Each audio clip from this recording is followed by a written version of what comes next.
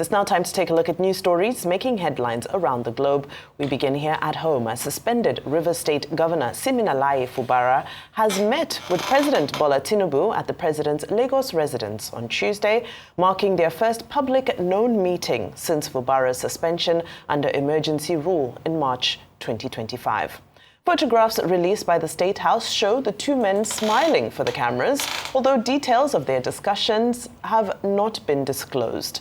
President Tinubu declared a 6-month state of emergency in Rivers State on March 18, suspending Fubara, his deputy Ngozi Odu, and all elected members of the State Assembly.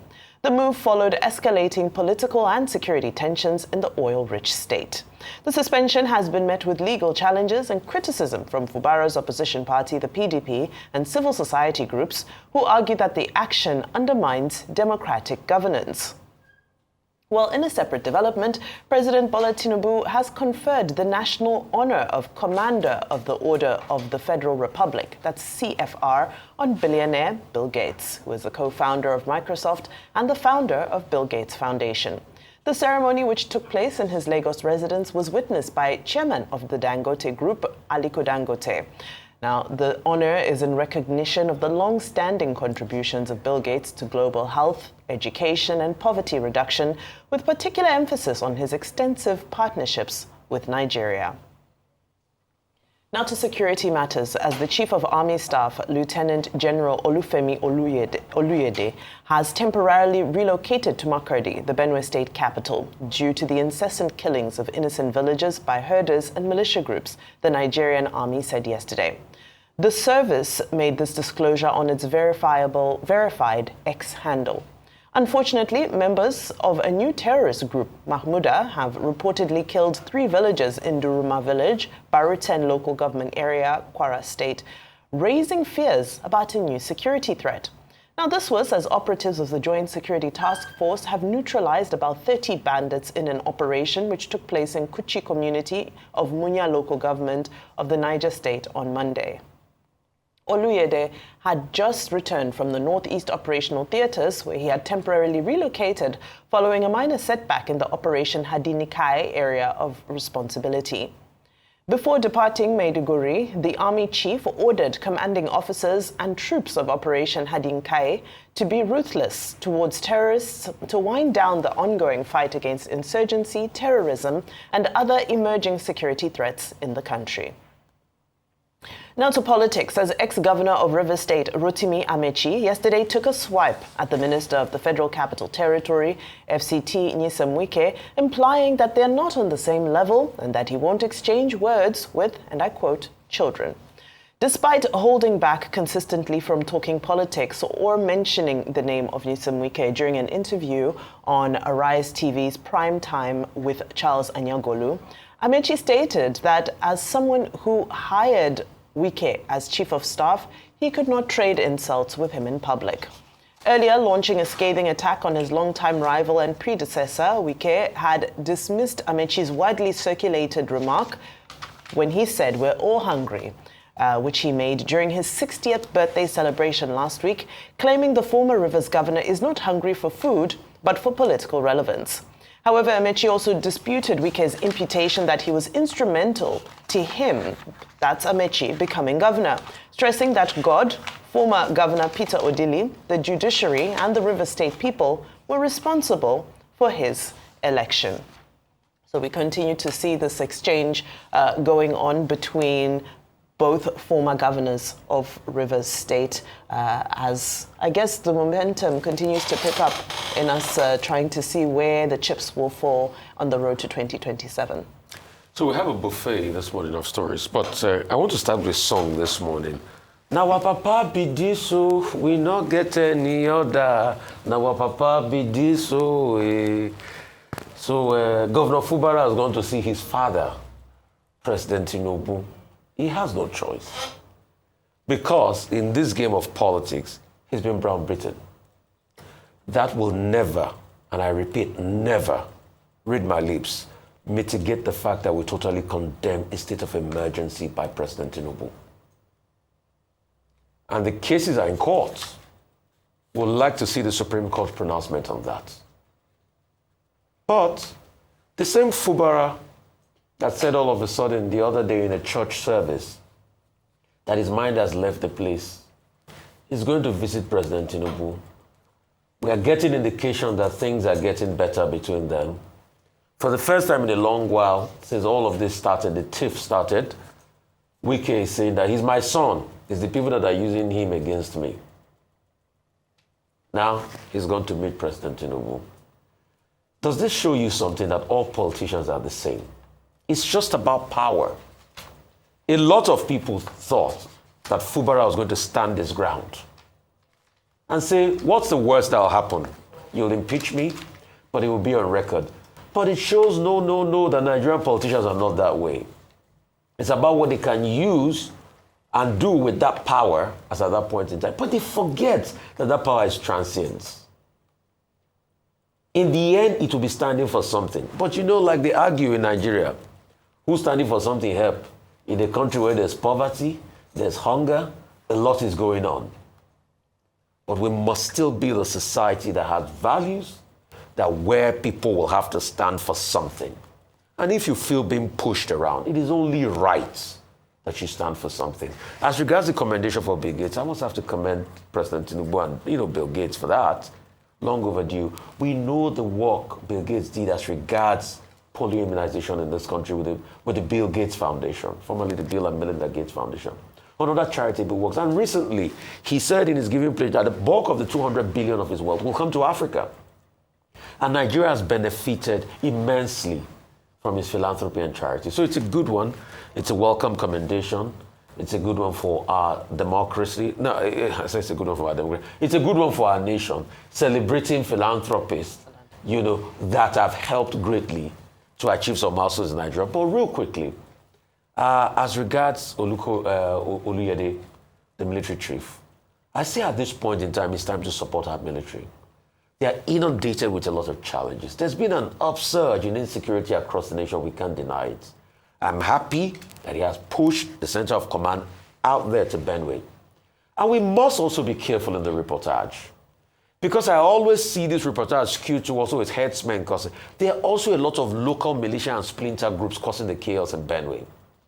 So this attempt to constantly heap it on headsmen, that's not the full story. That's the danger of a single story. We can only give the military the support and also against that new terrorist group in Kwara so we can rid Nigeria of insecurity so that we can have a lot more productivity. The truth is, as regards Amaechi reacting, I know there was going to be a reaction saying that I don't talk to children. No, I don't think Wike is a child. He's not a child. He worked for you as your employee, but saying you don't talk to children, no, it's not your child. You have a right to be able to respond to him and tell him off. Yes, but the question we'll ask is, when the going was good, were these two politicians at loggerheads? No. Today, interests do not align, and they are at loggerheads today. For me, is what is our own, we the people. It is how we can make these politicians accountable for what they ought to do for the people. These two politicians have had the chance to be able to lead River State. What has been the transformation in the state with so much resource? I think that's a definitive matter for me here. Politicians will always fight. Tomorrow they might be on the same flank and speak in one tone. But what should be our priority should be what we can force them to do for the people. Okay, let me start with former Governor, former Minister Rotimi Amaechi's interview on prime time, Arise News, yesterday evening, conducted by Charles Aniagolu, veteran journalist. Now, the major issue that he raised, he tried to avoid talking about Wike, Nyesom Wike, who he dismissed as a child. He said, look, I don't talk to children. He was my employee. I gave him a job. I don't want to trade insults with him in public.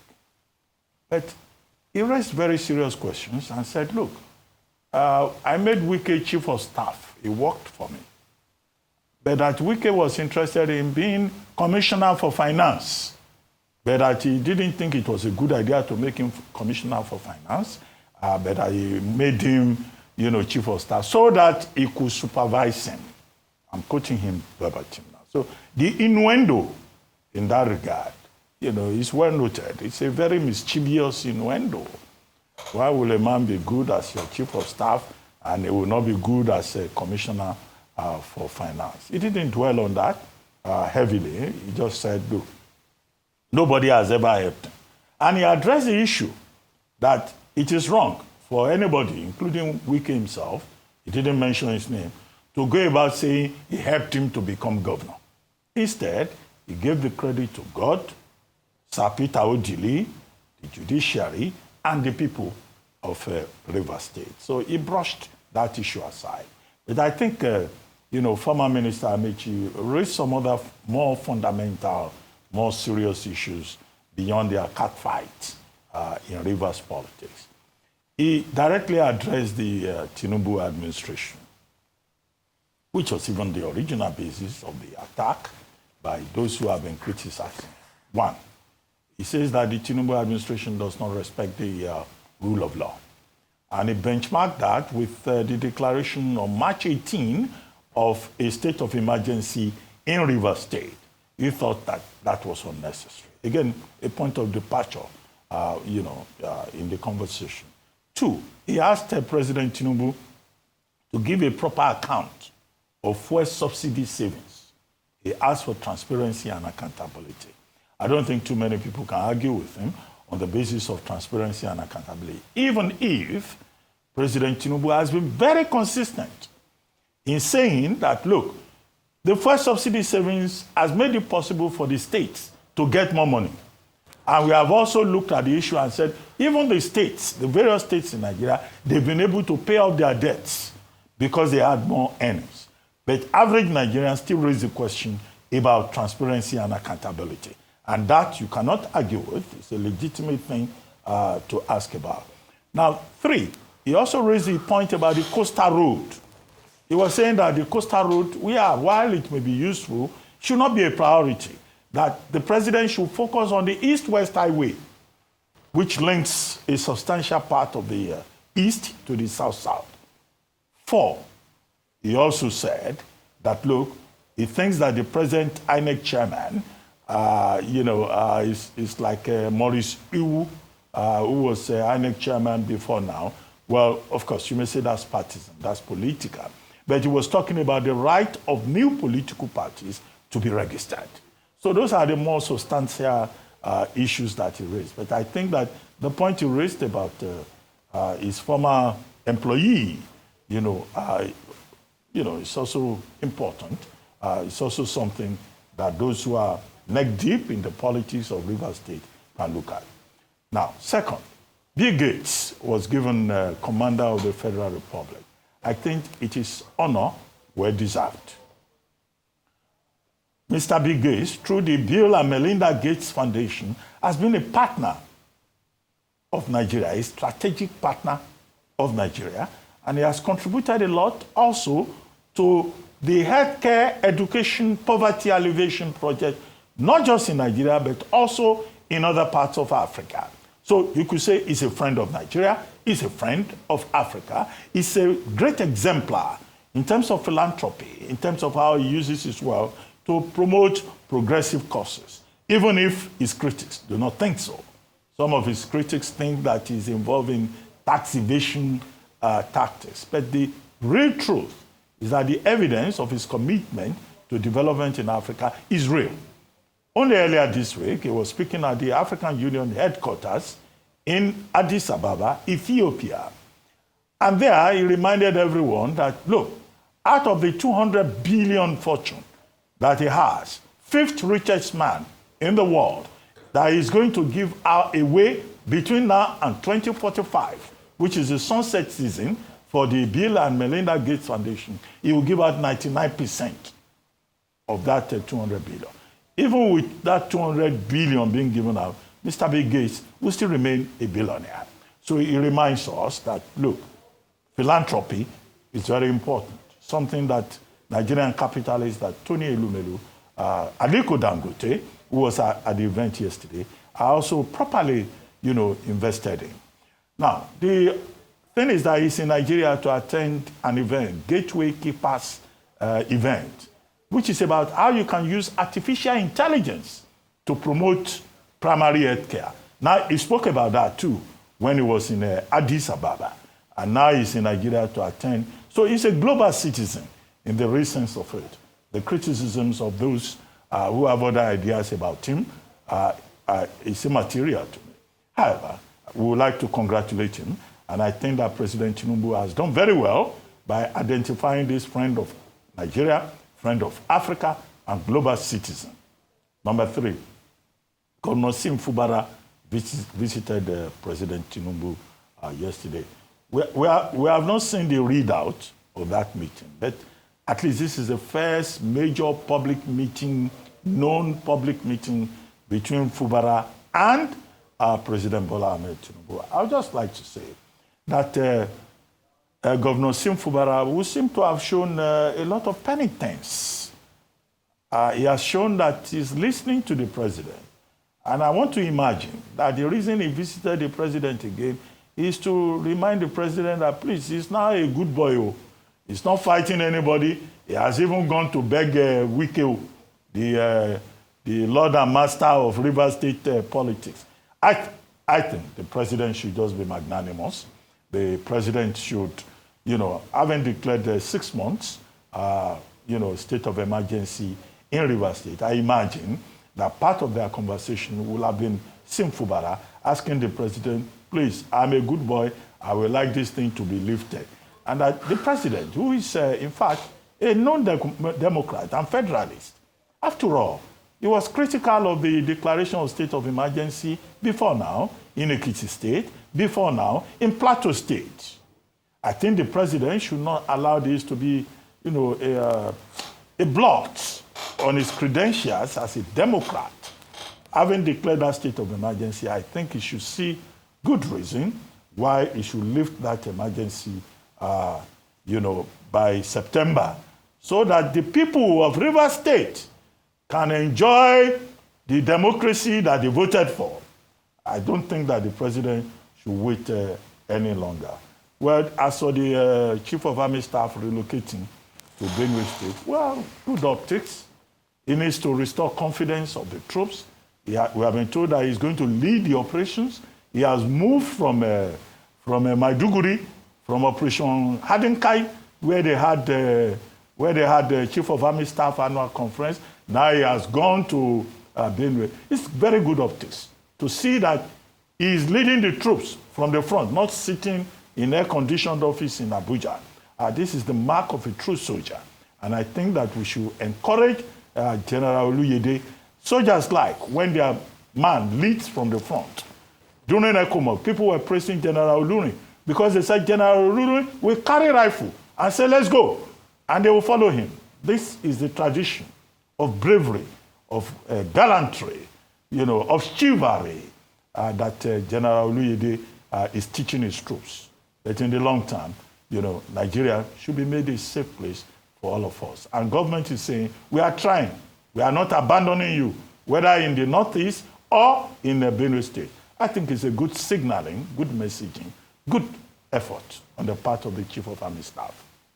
Absolutely, and I certainly do hope that it will go a long way with regards to lifting the morale of our gallant soldiers who are doing their utmost best to combat the horrible insurgency, terrorism, the various groups that are cropping up, and to counter them and to keep us safe so that we can also, in every corner of the country, be able to sleep peacefully with both eyes closed and wake up. Children can go to school, men and women can go to work and earn their daily bread. So we do commend this. And even with some information being shared that there are also other spats of insecurity that are cropping up in the southeast, some incidents in Imo State and so forth, it's good to see that there is leadership, it is present, and they're showing the optics that say that we are in charge and we are in control of this situation.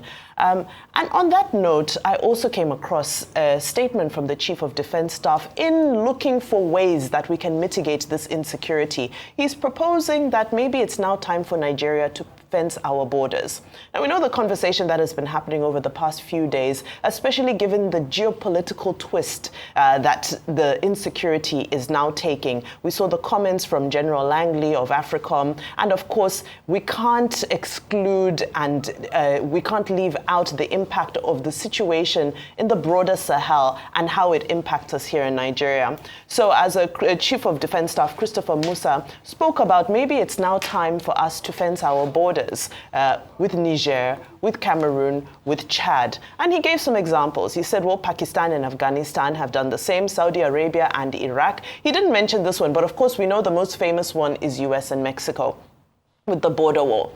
Well, is this the strategy? I think we just need to be careful when pursuing some of these strategies because they have a mixed bag of results. Now, when you look at the outcomes, you find that a lot of the time, some of these people look for creative ways to bypass, and especially because a lot of what we're facing now is technologically driven as well. So a fence may stop one or two things. Fencing our borders may stop those who are not as shall I say, as boisterous in trying to cross into the country. But you'll find that some creative ways of bypassing that will still come up. Now, one of the issues for me that really stuck out is the fact that there's a political connotation to it, because we know that on both sides of the borders, there are families, there are communities. So there's somewhat of an ethnic connotation to it that one needs to tread carefully with. It's all just a reminder that the insecurity we're dealing with has taken on quite a diverse and dynamic dimension. And it's time for us as citizens to stand together. When they speak of non-kinetic, for example, it's because we know that some of our own citizens are involved in aiding and facilitating for some of this insecurity. So non-kinetic is us speaking to our brothers and sisters and reminding them that we are fighting the enemy. We are all on one side. We're together in this. And these people are the enemy. So we continue to wish our forces all the best as we contend with the insecurity in various parts of the countries caused by various factors, both external and internal. Now to Rivers State. I do worry about the optics of an elected public official, a governor, being pictured with the president and the connotations that it brings about, because it now begs the question, who does power really come from? Who do we need to beg and plead with when there are issues around the occupancy of our offices? And this takes me to the point that was made by the former governor Rotimi Amaechi yesterday when he said that it looks like there's state capture in all dimensions. He spoke about state capture of the electoral institutions because of the issues that they're facing trying to register a new party. So these may be some of the issues bedeviling the coalition as they now hunt for which vehicle they're going to use to try and take themselves to the 2027 election. But one has to ask, what is the challenge? Why is it so difficult for one to be able to register a political party? In his own estimation, he feels that the political will simply does not exist and that the man at the helm of affairs of INEC will simply not do it. Even if you meet all criteria, he says they will create bureaucratic red tape around the process so that it will be impossible to register a new political party. Now, these are issues that we need to look at closely. I believe most people celebrated when over 70 parties were struck off of the register because there were just too many parties around. But that doesn't negate the fact that there are legitimate parties that are supposed to also come and begin to participate in our politics, because that's what makes for a healthy democracy. So one needs to balance these issues in a very fair way, because yes, as much as you don't want to overbloat the registry with too many political parties, there are genuine parties who fulfill all of the criteria who should be allowed to register.